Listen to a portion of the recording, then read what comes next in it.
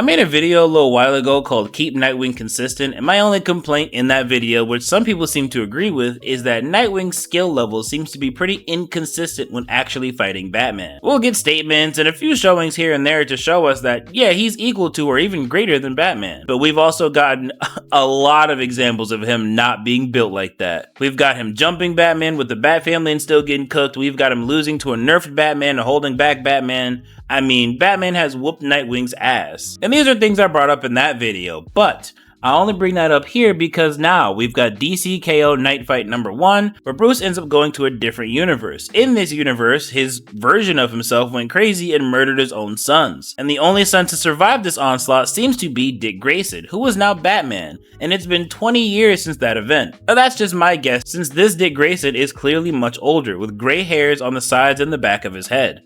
So I'd argue he's probably in his 40s just like Bruce. And these two get into a bit of a scuffle where they're going toe to toe, but eventually Nightwing Batman does win. Or at least I'll say gets the upper hand, only for it to be confirmed to the audience that our OG Batman is in fact holding back, as he does not want to hurt his son. And I found this insane, because this universe, at least when it comes to the Bat family, is fairly similar to our own. We see the dynamic is pretty similar, the Batman is pretty similar. Hell, I think the best example of this is that Batman runs into Robins he doesn't really recognize, and based on their fighting style, he can already tell they were trained by his son, Dick Grayson. So it's pretty easy to argue that the skill level is at least around the same of our OG Nightwing, if Batman can still tell through other people. And of course, when he gets into the few scuffles in this comic, he's analyzing everything. If this Dick Grayson weren't as skilled as Batman expected him to be after like 20 plus years on the job, I feel like he would have said that, but he does nothing but glaze his effortless and graceful fighting ability. So although this is clearly not our universe, not our OG characters besides our Batman,